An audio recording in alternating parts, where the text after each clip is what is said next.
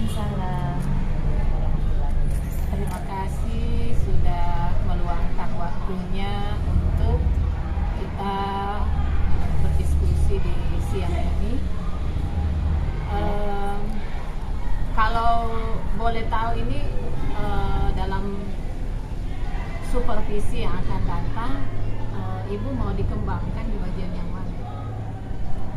Terima kasih atas kesempatan yang diberikan kepada saya. Saya pada saat supervisi nanti saya pada kegiatan yaitu proses kegiatan pembelajaran. Proses pembelajaran.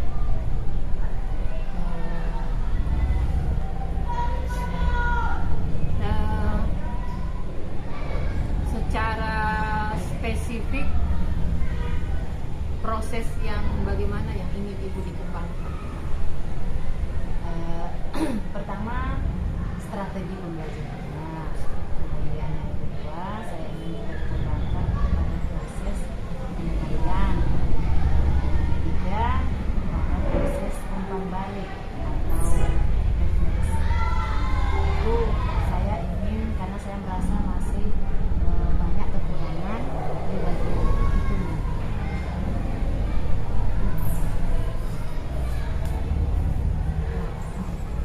Jadi strategi pembelajaran, terus kemudian strategi pembelajaran yang Ibu maksud di sini bisa lebih spesifik.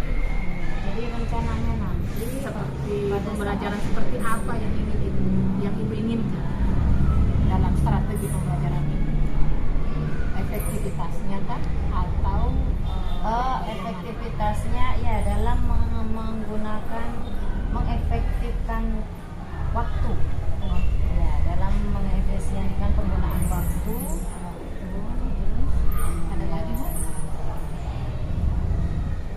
Jadi saat sedang nanti melakukan bagaimana cara itu membagi-bagi waktu, apakah saat pendahuluan, kemudian praktik di lapangan, kemudian anak-anak melakukan diskusi setelah pengamatannya itu sampai kepada mengkomunikasikannya.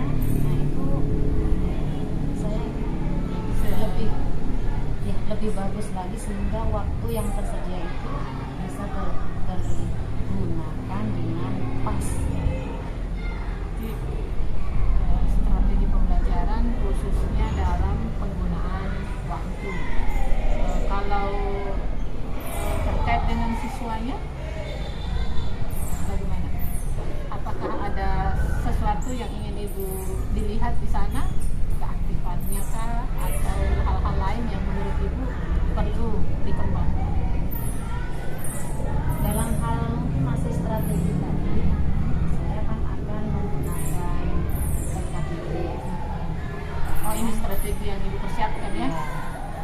Jadi dalam menggunakan RKBD terus setelah itu kan ada pengamatan di luar, yaitu dengan menggunakan alat pembuatan. Setelah itu saya akan berikan mereka setiap kelompoknya itu kertas, mana kertas itu nanti akan digunakan untuk membuat laporan masing-masing kelompok dari hasil observasi, ada pengamatan yang sudah mereka lakukan langsung di lapangan. Jadi hasil laporannya itu mereka kemukakan melalui kertas tadi. Ada lagi Bu, selain itu? Setelah itu Itu saja ya. Saya ulang, ini strategi yang Ibu persiapkan itu yang KPD-nya, terus alat berupa 2 gelas, kertas untuk keperluan laporan. Jadi insya Allah bagian ini yang hasil yang ingin Ibu inginkan dari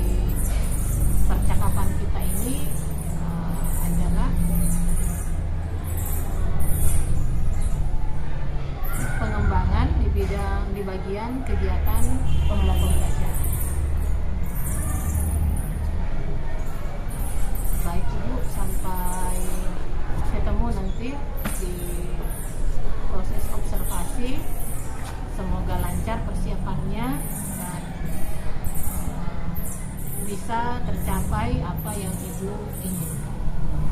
Terima kasih atas waktunya. Assalamualaikum warahmatullahi wabarakatuh.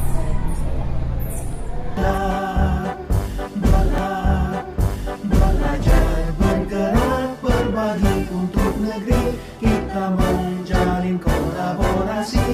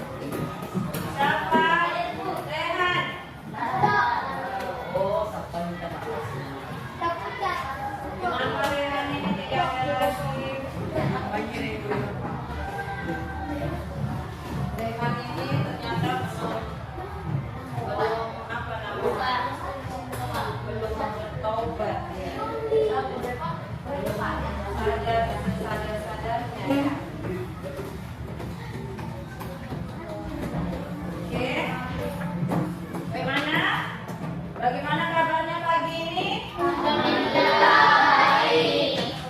Ya, semangat belajar? Semangat. Ya, harus semangat. Jadi untuk pertemuan hari ini, ya, jadi kita akan melanjutkan materi-materi yang sudah kita pelajari atau kalian pelajari waktu hari Kamis, ya, pertemuan yang lalu.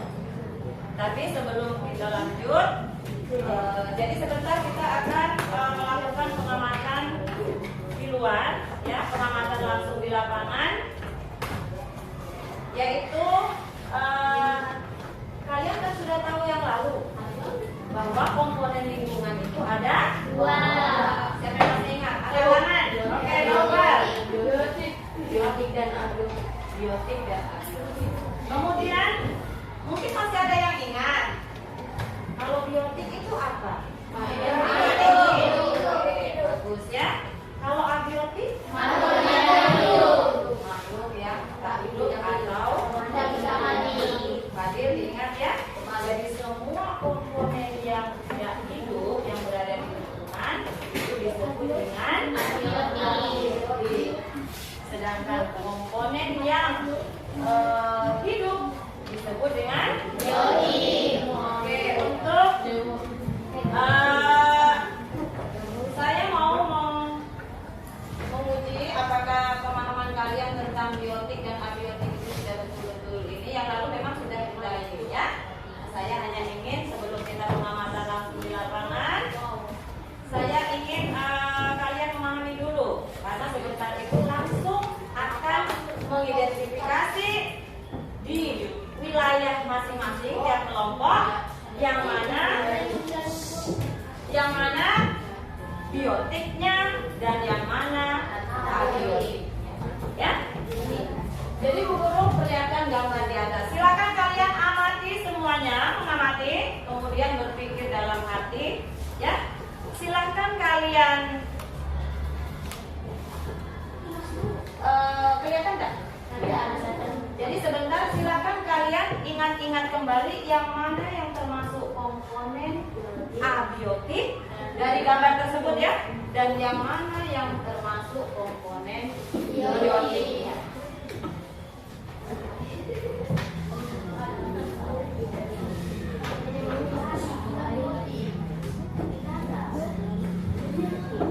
Saya kasih waktu 2 menit, 1 menit. Silakan diamati. Kemudian setelah itu harus ada sesuatu di pikiran Anda. Apakah mau bertanya atau menjawab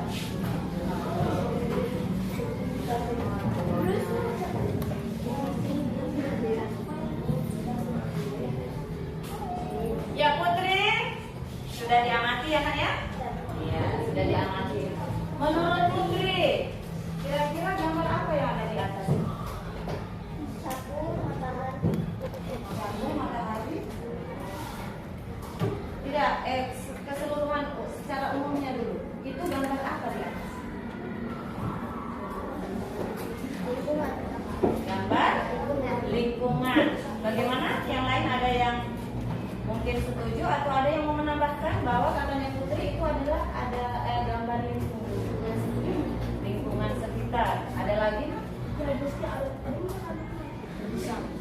Oke.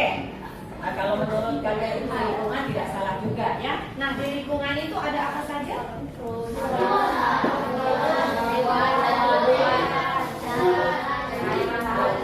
Ya, ada cahaya matahari, kemudian ada air, ada apa lagi? Ada hewan, apa lagi? Ada tumbuhan, apa lagi? Ya, dan sebagainya. Sehingga dengan demikian ada yang melihat matahari, ada udara, ada air, ada pohon, apa itu, kayu ya? Batang ya. Kemudian ada hewannya, jatuhnya. Nah, dengan demikian berarti dalam gambar ini terdapat dua komponen, ya, dua komponen. Nah, kenapa Bu Guru memperlihatkan gambar ini? Ini merupakan ekosistem ya, ekosistem di suatu lingkungan. Jadi dia lengkap, ada komponen biotik dan abiotiknya, di mana dua komponen itu saling berinteraksi. Nah, untuk pembelajaran hari ini berkenaan dengan gambar yang sudah Ibu Guru tampilkan, ya, kita akan Bu Guru akan mencapai tujuan pembelajaran, ya. Jadi tujuan pembelajaran untuk kita pelajari hari ini ada dua. Yang pertama, setelah kalian sebentar mengamati lingkungan secara langsung, itu diharapkan peserta didik dapat mengidentifikasi komponen biotik dan abiotik. Bisa paham? Jadi melalui pengamatan lingkungan secara langsung, Ibu Guru harapkan kalian bisa mengidentifikasi yang mana komponen biotik. Jadi nanti ada LKPD-nya. Dijawab di situ. Revan, perhatikan ini, gunakan sebaik-baiknya. Oke? Nah, adapun tujuan yang kedua, setelah melakukan pengamatan, sudah mengidentifikasi komponen biotik dan abiotiknya. Oh, ini sudah paham itu. Kalian, Bu Guru harap bisa memahami atau menjelaskan apa yang dimaksud dengan individu.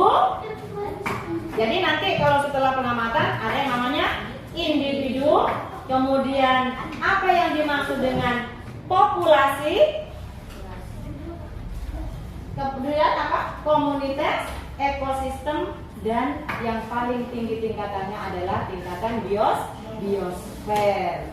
Jadi itu semua sebentar harus diketahui. Tapi sebelum pengamatan ya, Bu Guru akan bahas sedikit. Tolong diperhatikan. Ya.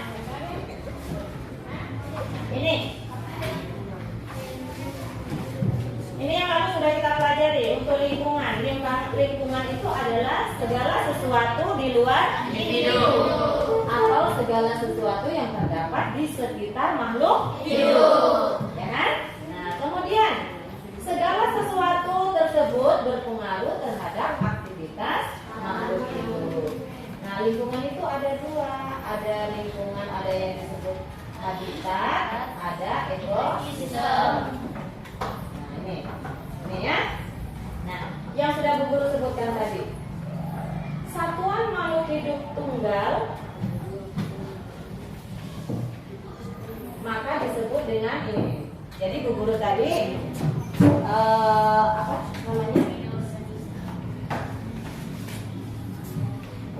Bahwa satuan-satuan dalam lingkungan itu terdiri dari yang pertama adalah ada makhluk individu ya. Jadi satuan makhluk hidup dalam ekosistem.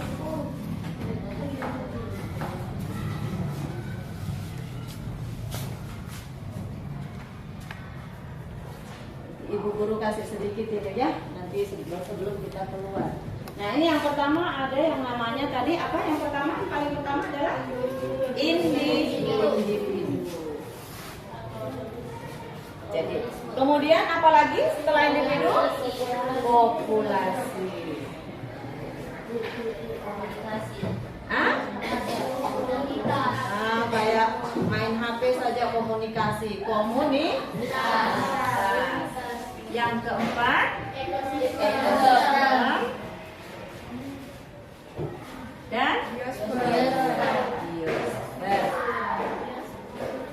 Ini yang disebut ada satuan makhluk hidup dalam lingkungan. Jadi ada individu, populasi, komunitas, ekosistem, dan biosfer. Nah, ini masing-masing harus diketahui. Apa itu yang dimaksud dengan individu? Namanya individu, Bu Guru berdiri di sini.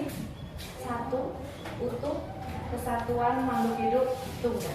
Nah, ini namanya individu. Jadi ingat, kesatuan makhluk hidup tunggal bisa hidup dengan bebas, bergerak bebas. Nah, itu namanya adalah individu. Contohnya selain Bu Guru di sini, kira-kira apa lagi yang dimaksud dengan individu? Ulang.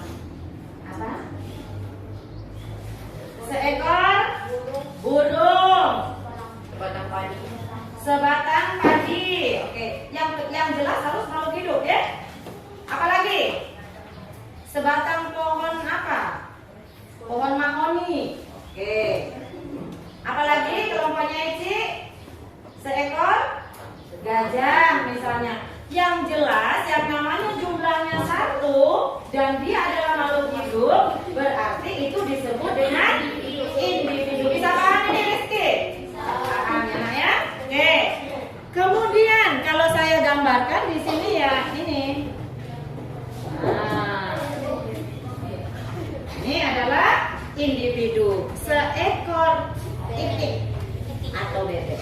Ya, bisa paham? Nah, sekarang kalau populasi sudah ada di atas sana, ya, ada populasi sana.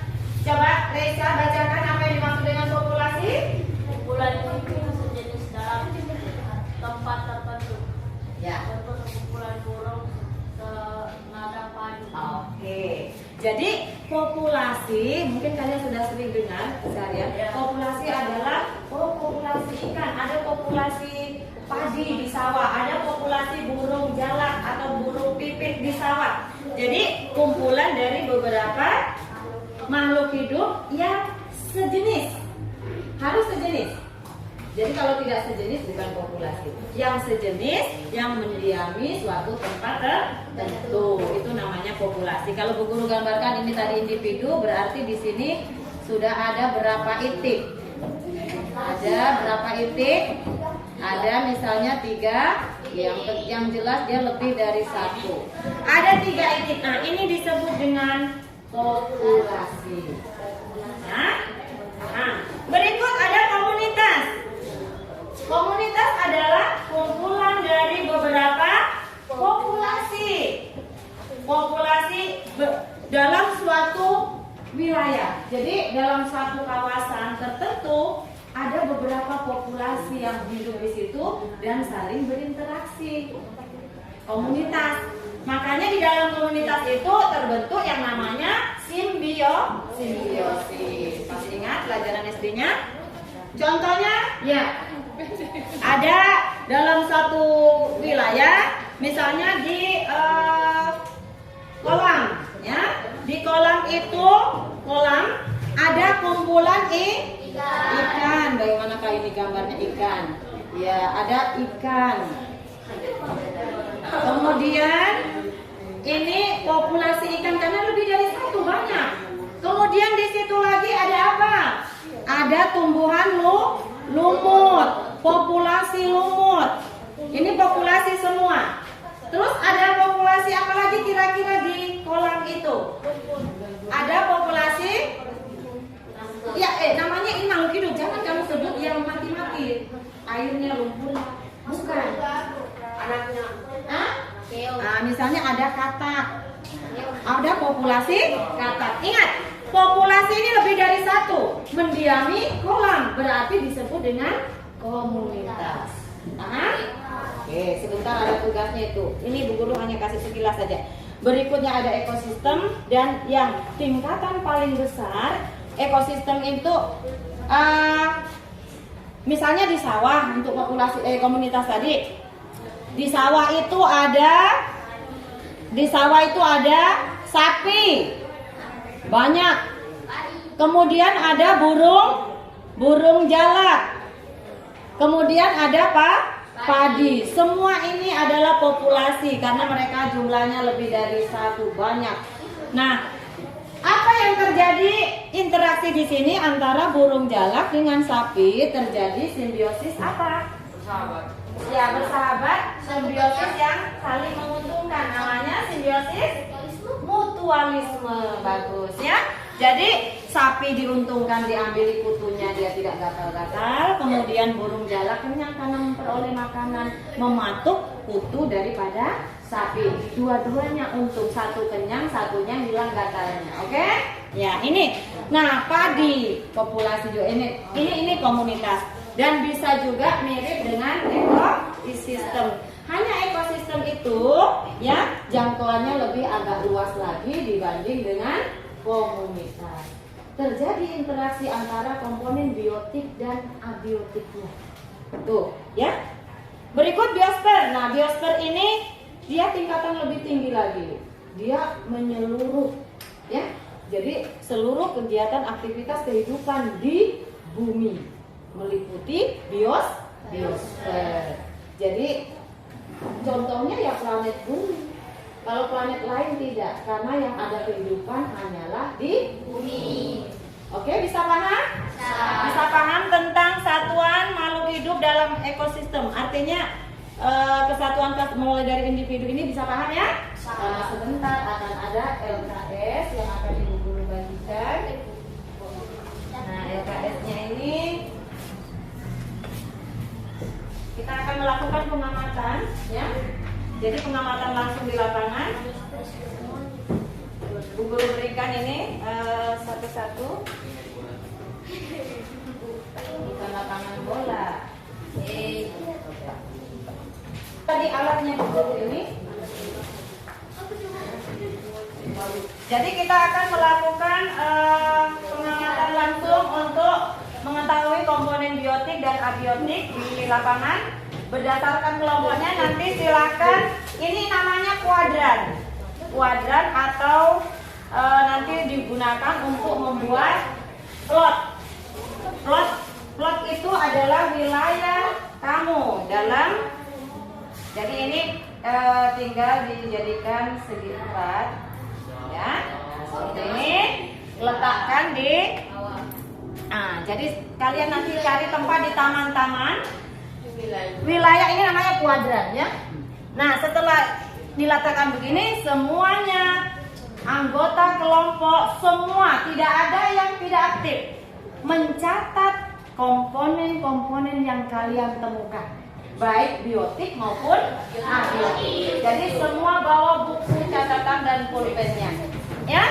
Tidak ada. Jadi sebentar, tunggu dulu. Sebentar setelah masuk kan buku beri waktu sekitar 15 menit kan ya di luar. Setelah itu masuk kembali untuk menginferensi, mengumpulkan data dulu, data dari hasil pengamatan.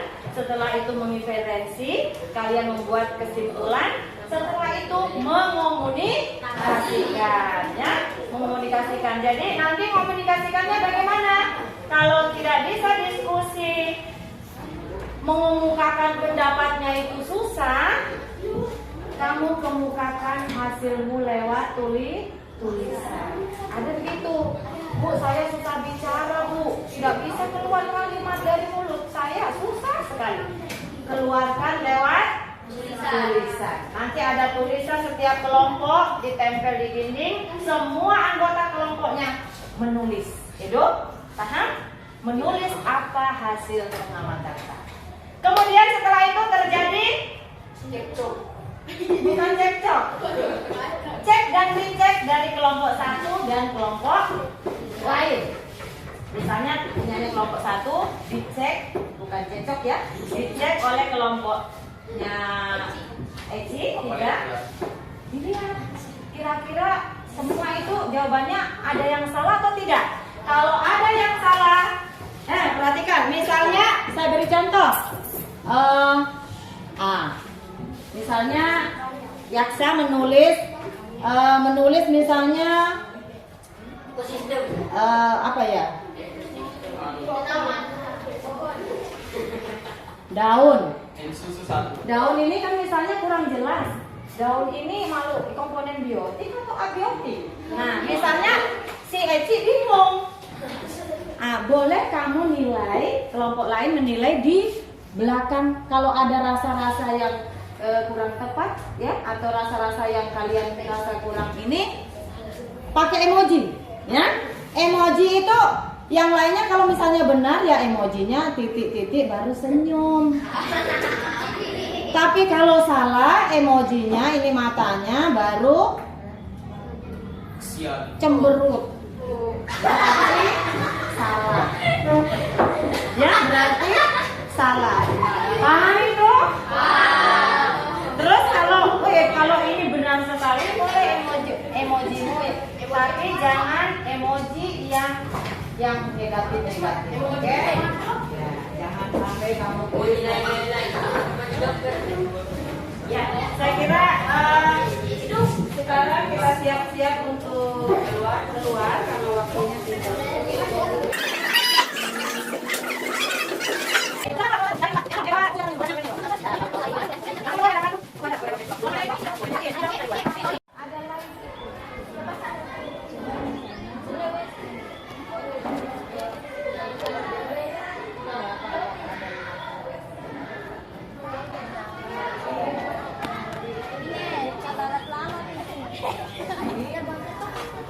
Tapi apa namanya? Di situ amatin. Itu ada pohon pucuk merah. Berapa jumlahnya? Toh? Itu yang terbang-terbang apa itu? Lalat dua. Tapi kan terkadang masuk di situ, ada di situ. Itu satu. Rumput, berapa rumput? 4, 5, 6, 7, 8, 9, 10, 11, 12, 13. Sebentar, saat mengomunikasikan akan berusaha semua anggota kelompok menuliskan apa yang sudah dilakukan di kertas yang sudah disiapkan. Tapi sekarang kita diskusi dulu. Ini gambarnya tadinya.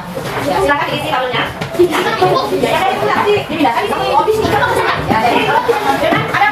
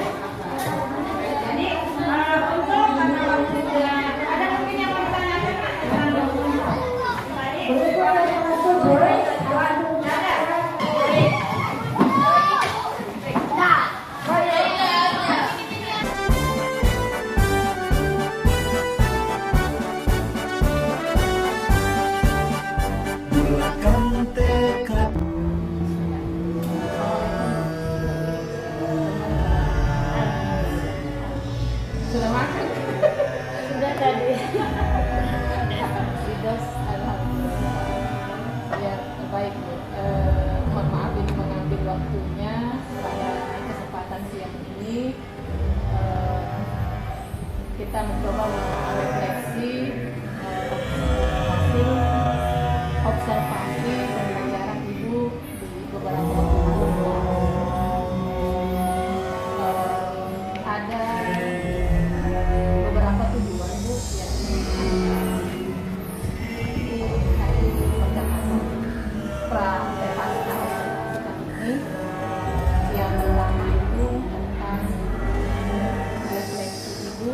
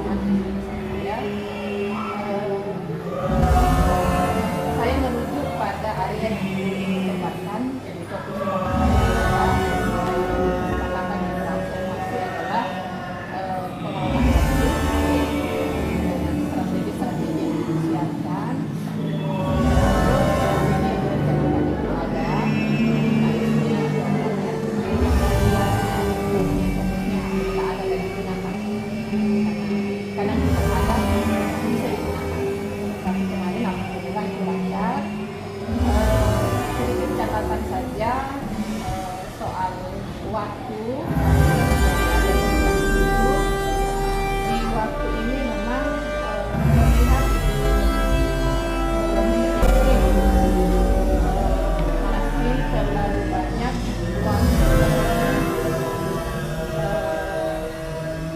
pengantar sebelum rantai, kemudian kalau pengamatannya itu kemarin saya ikut sampai pengamatannya itu ya sebenarnya soal yang itu adalah pengolahan data. Jadi saat anak-anak sudah melakukan pengamatan, kan kita untuk melakukan inferensi, pengolahan data, lalu jadi terlalu lama berikan batas waktu dan kita konsisten. Artinya kita ukur juga.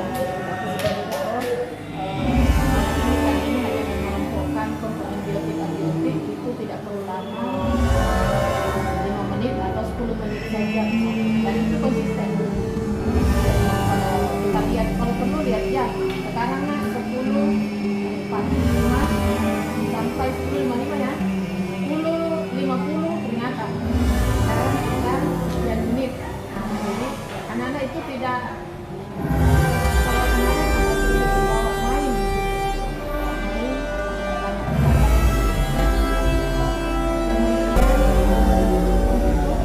asesmen kemarin penilaiannya saya menilai yang dilakukan itu adalah formatif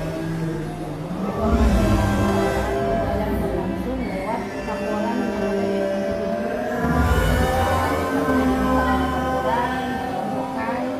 lalu sesama peserta didik itu saling mengoreksi.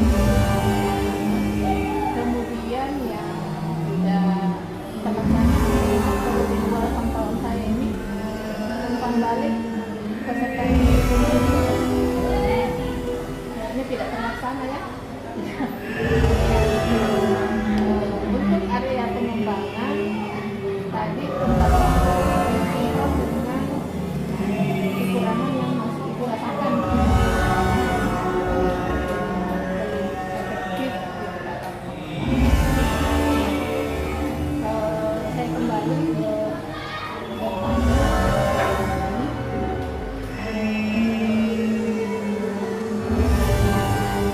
rencana itu ke depan untuk menindaklanjuti hal-hal yang masih kurang apa rencana ibu mengantisipasi supaya area pengembangan yang belum terlalu bisa ada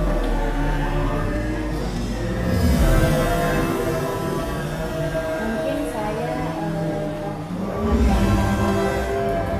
kalau seandainya ada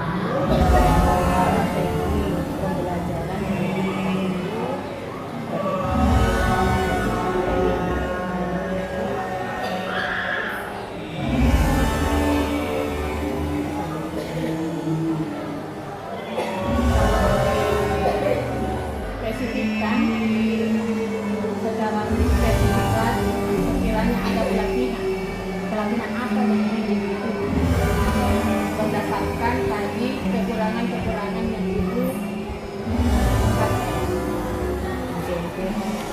ya, topiknya apa pendalaman strategi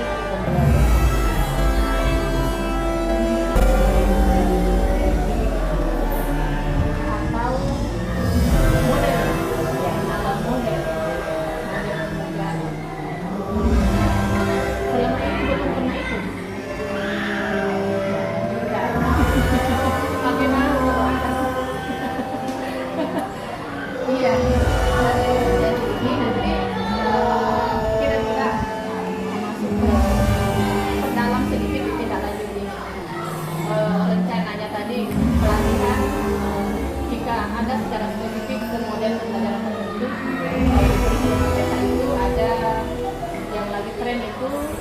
PBL. Ini sangat kita saja dengan cepat.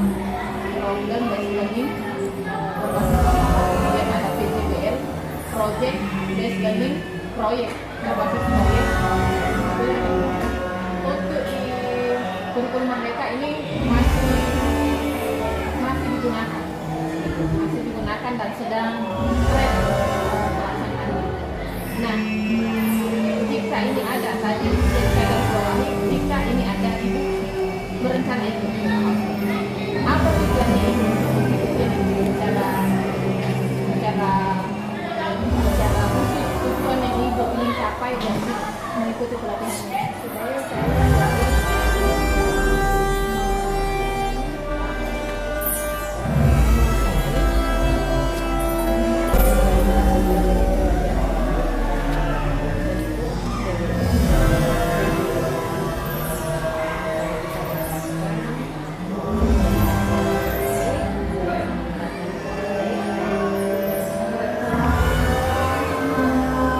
ukuran keberhasilan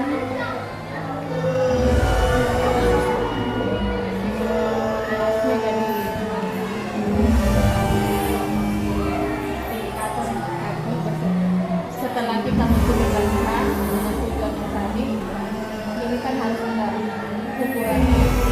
Kapan dia dikatakan berhasil kita ikut pelatihan ini? Boleh di kelas, boleh di video, atau siswanya langsung ditanya apa yang akan terjadi kalau itu ukuran keberhasilan. Misalnya kelas kita menjadi lebih atau siswa menjadi lebih semangat.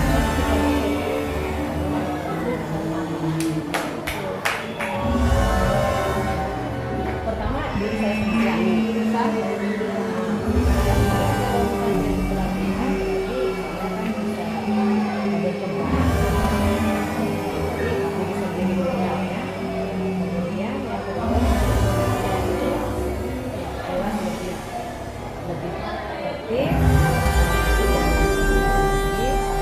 dan yang ketiga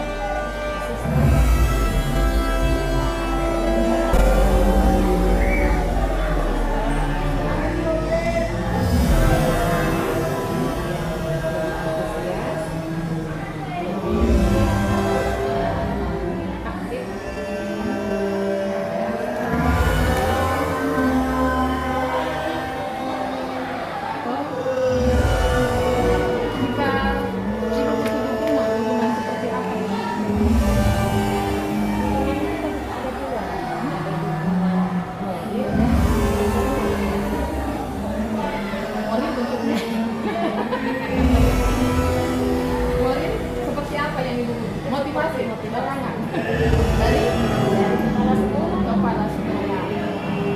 lebih berat tugas itu. Siapa lagi yang bisa mendorong ibu yang sampai jatuh dari anak motivasi dari sekolah itu teman. Ada lagi dari keluarga mungkin. Kalau dukungan satunya tadi apa? Tadi kan boleh materi. Boleh.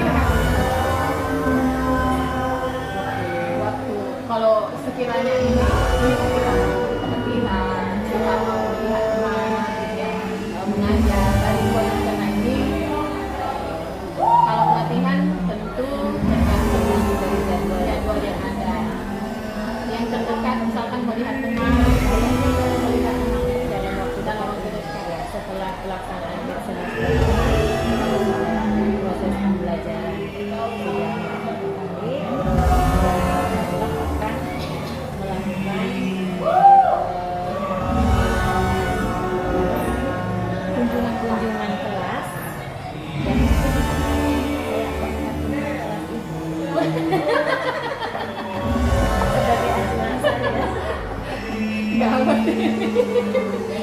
Iya. Terima kasih. Ini ada banyak hal yang kita lakukan dan bisa memberikan pengetahuan positif kita bahwasanya kita dalam melihat sesuatu tidak boleh hanya melihat satu sisi kekurangan saja, tetapi kita juga harus berani melihat sisi baiknya supaya area-area pengembangan sekarang kadang-kadang nyambung gitu. Karena biasa menurut kita sudah bagus, ternyata menurut observer itu tidak bagus. Di satu sisi kadang-kadang observer merasa bagus, kita justru yang merasa kurang bagus. Jadi ini menjadi salah satu cara baru dalam mengembangkan rumah. Jadi teknik yang kami gunakan dengan istilah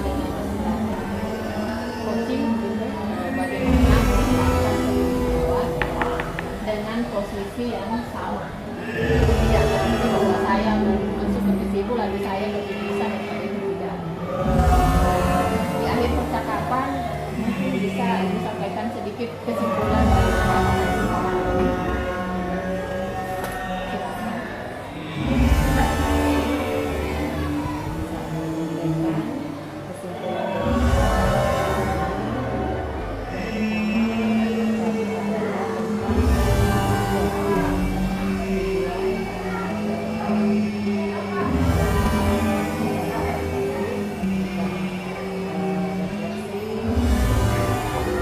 Strategi pembangunan dan jadi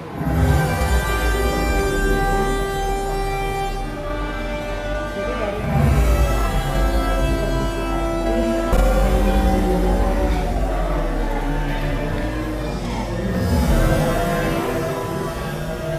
di antara kekurangan-kekurangan saya dan kelebihan itu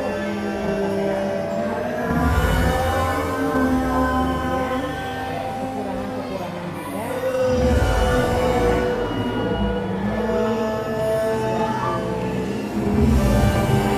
agar saya kedepannya bisa berkembang lagi bagi saya untuk menjadi seorang guru yang lebih bisa memperhatikan kondisi siswa mereka bisa belajar lebih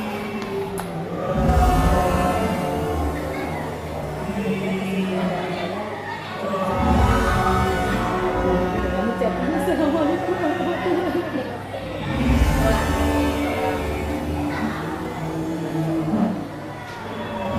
Guru penggerak